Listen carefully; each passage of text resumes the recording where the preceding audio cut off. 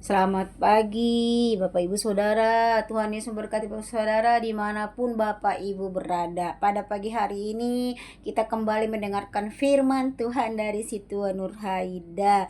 Baik, terlebih dahulu kita berdoa. Tuhan Yesus yang baik, terima kasih, kami bersyukur Tuhan kalau hari ini kami boleh merasakan detak jantung kami, kami boleh bernapas, kami boleh menikmati hari ini. Semua karena kemurahan penyertaan-Mu sempurna bagi kami hari ini Tuhan. Apa yang kami lakukan, Tuhan mendahului segala sesuatunya, Tuhan buat berhasil.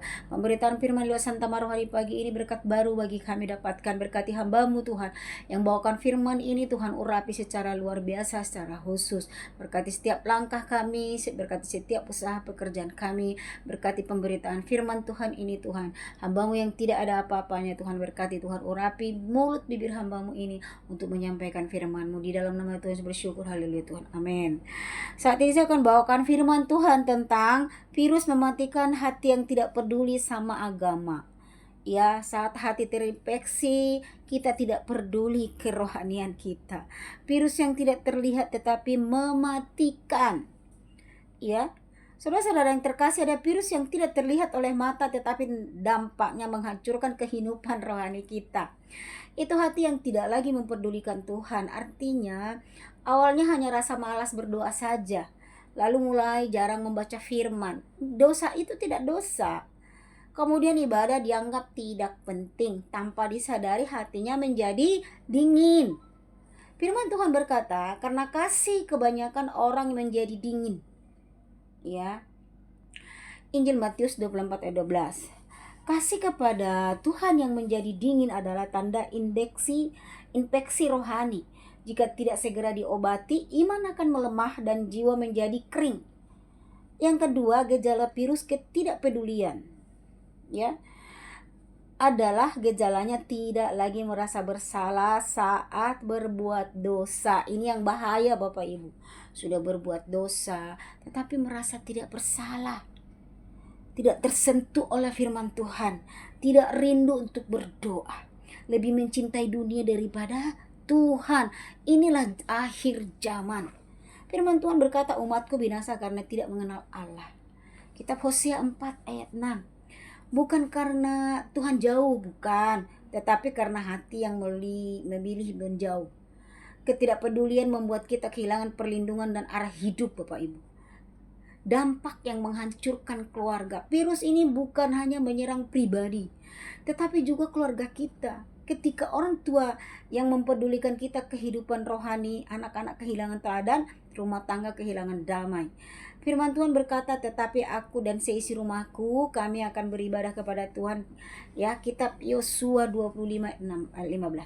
Yosua mengambil keputusan tegas untuk keluarganya. Hari ini kita juga harus mengambil satu keputusan untuk yang sama, yaitu sekeluarga harus melayani Tuhan, karena firman berkata, satu orang percaya seisi rumah diselamatkan. Hati yang keras adalah stadion akhir. Jika virus ini biarkan hati menjadi keras, teguran tidak diterima, nasihat diabaikan Bapak Ibu, bahkan merasa tidak membutuhkan Tuhan, dia sudah membatu. Itu namanya sudah keras sekali. Firman Tuhan berkata pada hari ini, jika kamu mendengar suaranya, janganlah keraskan hatimu. Kitab Ibrani 3 ayat 15. Oke, hati yang terasa sulit dipulihkan. Karena itu, sebelum terlambat, mari kita kembali kepada Tuhan Bapak Ibu. Jangan meraskan hati. Jangan setelah ditegur dulu baru datang kepada Tuhan. Jangan setelah hancur dulu berdampak kepada semuanya datang kepada Tuhan bertobat. Ya, obat yang menyembuhkan adalah pertobatan. Obat virus ini adalah bertobat. Kabar baiknya selalu ada obat yang bagi rohani ini, pertobatan dan kembali kepada jalan Tuhan.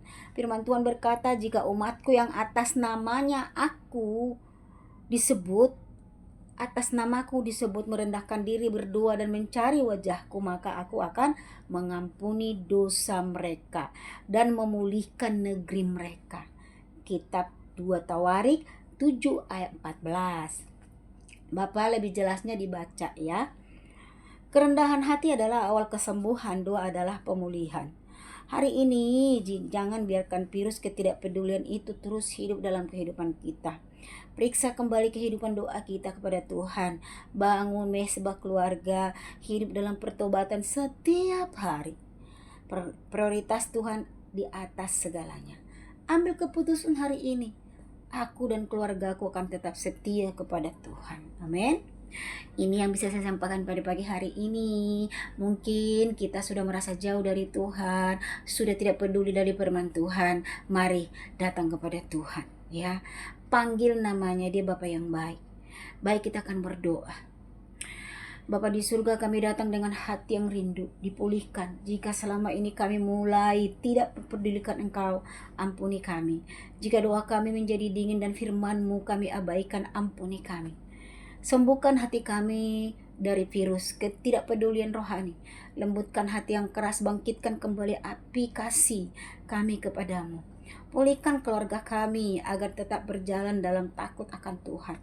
Biarlah Roh Kudus menyalakan kembali semangat ibadah dan kerinduan akan hadirat-Mu di dalam nama Tuhan Yesus. Kami ucap syukur dan berdoa.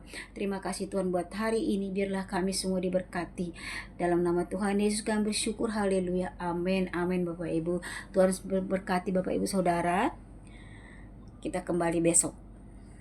Kita kembali besok ya dengan firman yang berbeda, dengan berkat yang berbeda. Amin. Karena setiap hari berkat Tuhan itu selalu baru. Tuhan memberkati.